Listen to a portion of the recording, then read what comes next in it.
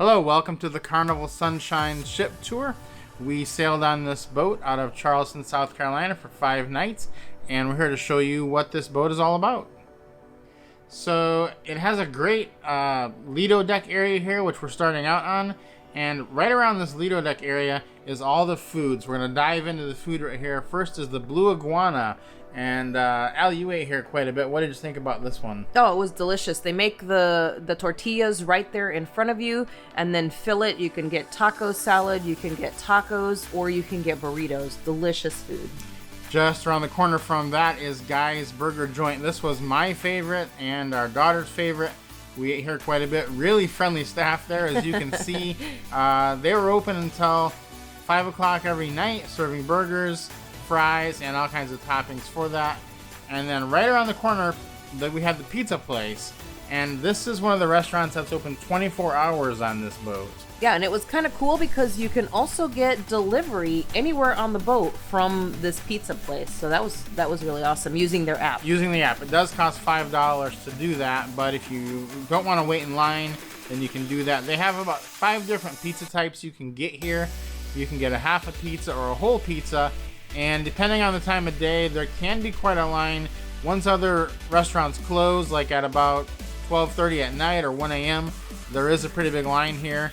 Any other time of the day, it's not that bad to get pizza here as quickly as you want. So this is right in the buffet area, actually, and the pizza was actually really quite good. It was delicious. Next to that, we have the Deli, which serves all types of sandwiches. Cold and hot sandwiches. Cold and hot, yeah. Just a great selection of basically sandwiches and you know, deli stuff that you would want to eat during lunches, something like that. It's not open late at night, more a lunch type of place, but really good food there. Yeah, it was really good.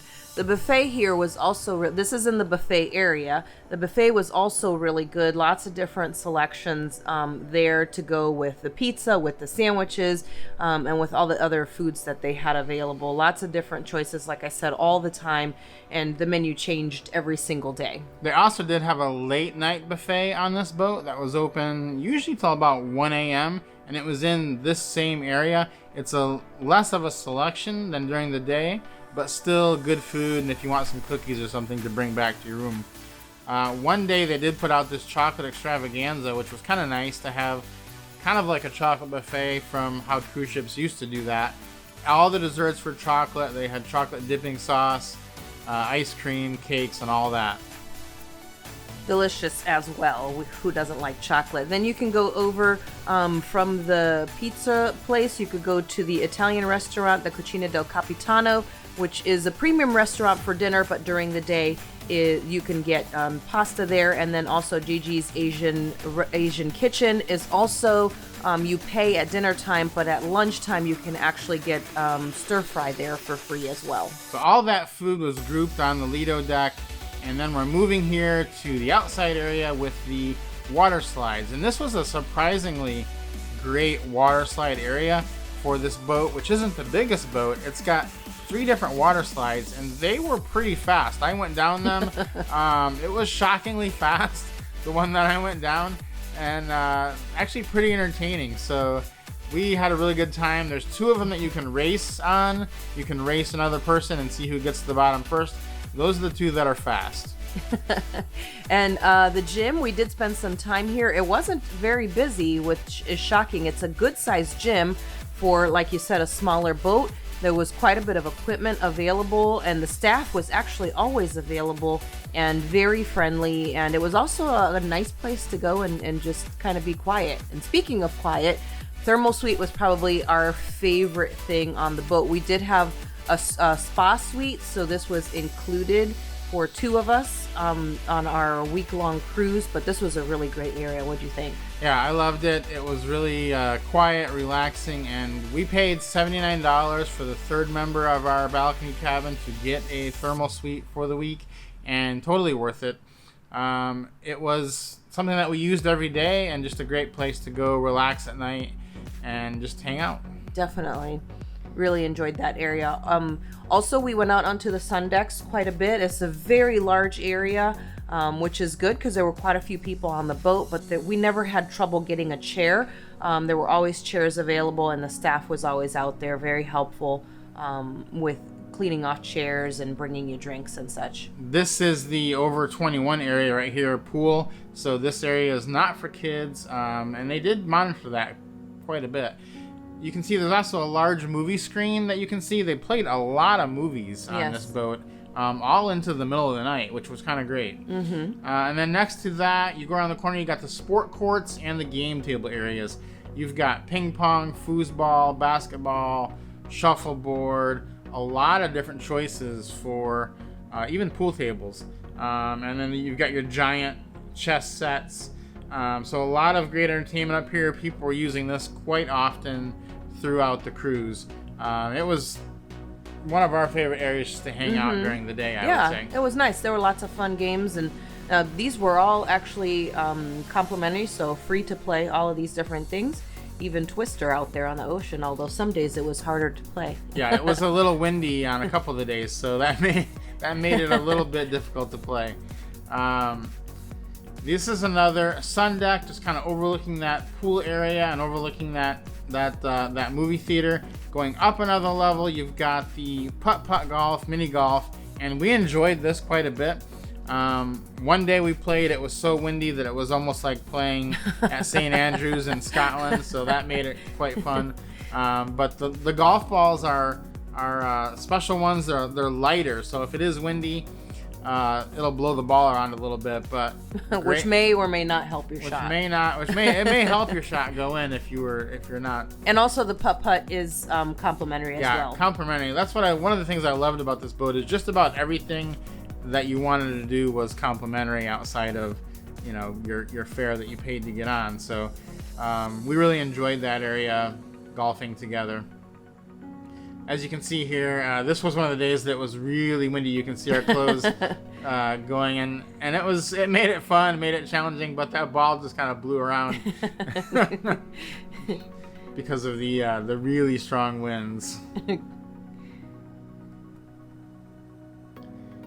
Moving on to the Serenity area, 21 and over. It's a pretty big area where you can just kind of go relax. I haven't seen too many boats with an area this big for the 21 and over, which was kind of surprising to have this. So that was nice.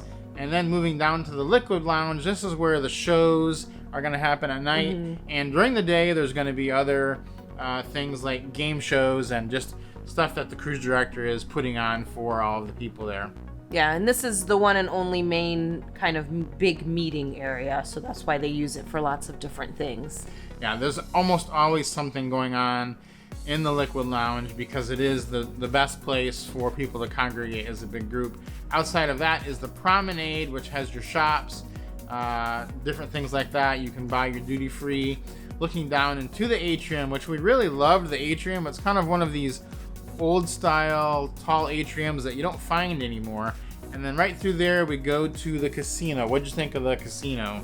The casino was a pretty good size for a boat of this size.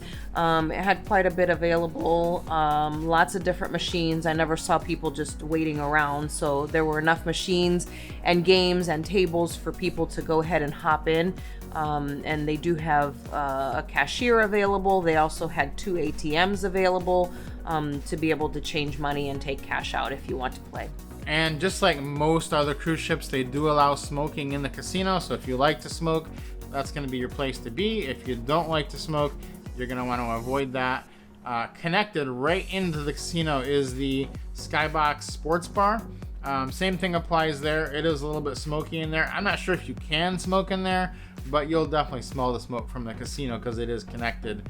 Then on the other side of that deck, you've got the Ocean Plaza, which is another place to eat that's kind of hidden away that most people never even find when they're on the boat. Right, because you do have to walk basically through the casino in order to get to it. So if you're not going there often, you won't run into it. But you can grab some milkshakes on the other side here, and there's always a little buffet there is a lounge here as well, and there is also the bar on the other side. So there's quite a bit available here. I did like on this boat, there's lots of different bar areas, lots of different places to kind of sit and congregate and enjoy either a drink or a light meal or a snack.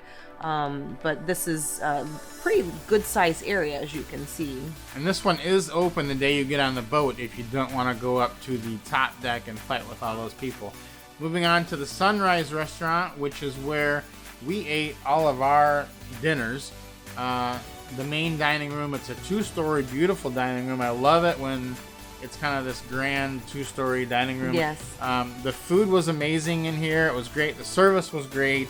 And we just really liked this dining room. So we ate all of our dinners in here. We didn't go to the premium restaurants for dinner, which we'll show you those in a minute here. But this was really good food and just a great place. So here's the Fahrenheit 555, which is a steakhouse. And then they also offer a bonsai sushi bar, which is also a premium a la carte restaurant. If you want to try that type of food, you can go there.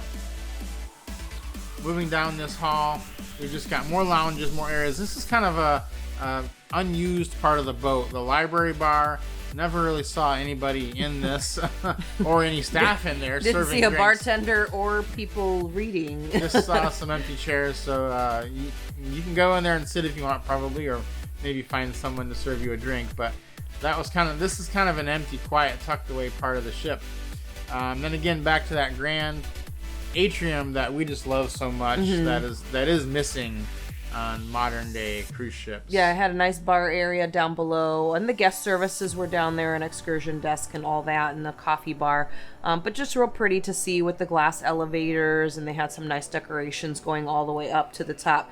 So it's real pretty to see several decks worth of the atrium. And then this is the Sunset Restaurant, which is the restaurant you'll eat at if you have a reserved dining time. So we did not eat down there because we were at the anytime dining. So that is it for this ship tour. We hope you enjoyed it. If you did, like, comment, and subscribe to the channel, and we will see you on the next cruise.